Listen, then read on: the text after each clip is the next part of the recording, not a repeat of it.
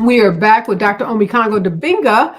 He is a senior professional lecturer at American University, is also the author of a really important book, I think, a book that's needed now more than ever. It's called Lies About Black People, How to Combat Racist Stereotypes and Why It Matters. Dr. Dibinga, we're talking about people who voted for Donald Trump, who arguably were voting against their own best interests. There's been a lot of articles written about women. We know that 45% of all women voted for Donald Trump, and that number is over 50% for white women. And it begs the question, some folks said that Democrats focus too much on the abortion issue or enshrining abortion rights. We saw some states like Missouri and other states vote to enshrine abortion rights in their constitution, but yet voted for Donald Trump. So women clearly were all over the place, although white women were clearly in Donald Trump's camp. But talk more about not just white women, but others who are going to suffer the most from Donald Trump's policies, including those black and brown men walking around saying they had more money in their pocket when Donald Trump was in office. One of the things the Trump campaign did was they were very efficient at turning individuals into single issue voters. They would put a particular issue in front of them and say, this is all you need to care about. So football folks, you need to just care about this trans ad. In Michigan and some of the Arab, Muslim population areas, they were running ads saying that, Kamala was pro-Israel. And then in Jewish communities, they were running ads saying Kamala's anti-Israel. Like they were just targeting people with what they wanted to hear. So I saw one story of an immigrant family who came here illegally in the 80s and got amnesty under Reagan. And they were like, Trump needs to have this banned because it's just these criminals coming in. So he worked on getting people to go against their own interests. What people are about to see, Areva, the number one Google search for the last couple of days was after the election, I should say, was how to change my vote, because people were already having buyer's remorse. So in many of our communities right now, where we were mad. Wait a minute. I didn't see that. I saw the article that said a lot of wealthy people are looking at relocating out of the country. But you mean to tell me people were Googling how to change my vote? How to change my vote. And I think one of the other top ones was, what is a tariff?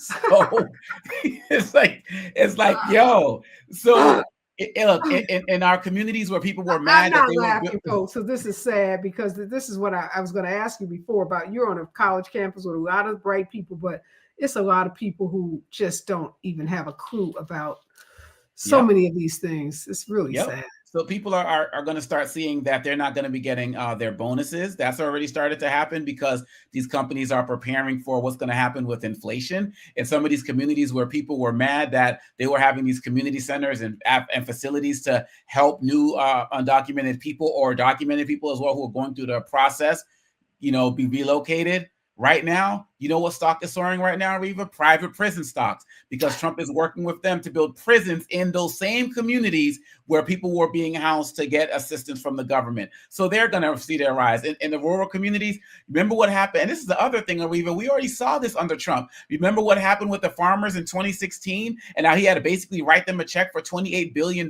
because they couldn't sell their stuff overseas. That's going to happen across every industry. It's going to happen with the farmers. It's going to happen with manufacturing. It's going to happen in all of those spaces. He wants to destroy the Department of Education. And if people in some of these rural and urban communities don't like their principal, they can get rid of them and hire Pookie from down the street, or, Ray Ray, and just install anybody, or Billy Bob, or install anybody in there as principal. What's that going to do to your schools? And then people are going to be leaving who are qualified to teach their children just because of the pressure that's going to come from them. And then, of course, we're going to talk about abortion issues. I think there are poor white women that are going to need some medical assistance.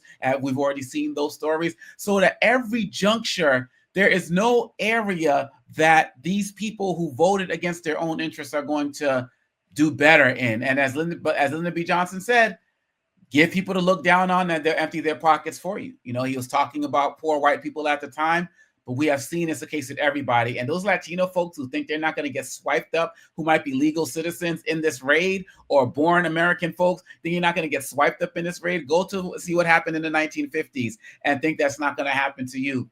And when it happens, we try to tell you. Yeah, let's give a little education, Dr. Dibinga, on tariffs. One of the stories I saw today is said if there is a tariff on China, and tariff is essentially a tax, So countries that import goods to the United States, almost, I don't know, we can't think of anything that's probably not made in China. Look in the labels of your clothing, look at your television sets, look at all of your electronics. Most of those items are made in China. Yep. And a tariff on China or goods being imported from China into the United States is a tax essentially on the government of China that will be passed on to you in the consumer price of that good. That's So, right. for example, your iPhone, they said the iPhone could literally cost you an additional $300 because of a tariff. And economists were so clear, Dr. Dominguez, saying that the tariff notion, the tariff policy, the tariff plan that Donald Trump had would cost consumers, everyday people, more money and would basically tank our economy. So you don't have to know what a tariff is, but this is what you should know about it, is it's going to cost you more money and it will create a trade war with our trade partners and we won't win. And Donald Trump doesn't care because his billionaire friends have, ungodly amounts of money. But everyday people worried about the price of eggs. Now, literally, eggs could be $12 a dozen. So, That's right. That's right. It's just unfortunate that people are Googling that now. The other thing that I saw, talk about buyer's remorse, some of these leaders in Michigan, Dearborn, Michigan, some of these uncommitted voters who were holding out their vote because of their anger at the Biden-Harris handling of Gaza. And Kamala Harris and surrogates try to talk to these folks saying, look, Harris is going to have a different stance on Israel than Joe Biden had. She is going to push for more humanitarian aid. She's going to push for a ceasefire. She's going to push for a two-state solution. Not that Biden hadn't done that, but she was going to take a different approach, a different tone. And many of them said it wasn't enough. They wanted her as the vice president somehow to cause the president to change his policies, 3 months out. And literally some of these people, Dr. Domingo, are begging now Joe Biden in 60 days to take some kind of executive action on Israel. And you're really sitting there scratching your head like, are you insane? My goodness. What can Joe Biden do in 60 days to impact a war that he has not been able to impact in over a year? Wow. Because they're fearful of Elise Stefanik, of Mike Huckabee, and of Donald Trump's close relationship with Netanyahu and these hardline pro-Israeli leaders that he's putting in place, that they are going to give Netanyahu a blank check. Because he told us he was. Yep. So now when Joe Biden is packing his clothes, literally, he's packing up to leave, to go retire, be with his grandchildren. You want him to do some kind of Hail Mary pass. All it could be is an executive order, right? Yeah. And look at Pete the first day and rip up. It can't be anything of substance. Right. And look at Pete Hegseth, the Secretary of Defense, who basically sees the army I think his words or someone attributed to him as the sword of Christ, who said Muslims are having too many babies, so Hegseth says he's going to fire the Black Joint Chiefs of Staff General Charles Q. Brown Jr. because he says any general and any admiral who was involved in diversity, equity, and inclusion or woke SHIT has got to go. Yep. And they're just going to Pete. turn Gaza into Pete the anchor. Let's be clear. Pete the adulterous anchor who cheats on his wife, has a baby with his coworker, who has been on TV for 14 years. His only qualification is that he served in the Army and he criticized Democratic policies, foreign policies, and he praised Donald Trump. So now he's over 1.3 million troops. Let's talk about real quickly some of these other Matt Gaetz. Some of these make me sad, Dr. Domingo. As a civil rights lawyer, Matt Gaetz in charge of our Justice Department. Yep. It's disgusting. It is disgusting. And there are going to be more people with criminal backgrounds or criminal accusations people who the Justice Department targeted, who just don't care. And people just think that it's just these special investigations like the documents cases and all of that. But there are so many things that they deal with: child sex trafficking. There we go with that, right? Drug issues, gang issues. You know, there's so many things that the civil rights issues that the Justice Department is doing on a regular basis. And some of the people like Kristen Clark were going after, those are going to be the people that the Justice Department is going to be defending, and they're going to be coming after us and people like Letitia James and the like. This guy made a mockery of the Justice Department. He's about to make the mockery of every single agency. Kristi Noem, I mean, seriously, Homeland Security. But this is what people voted for. And you think they're really going to do a better job for you?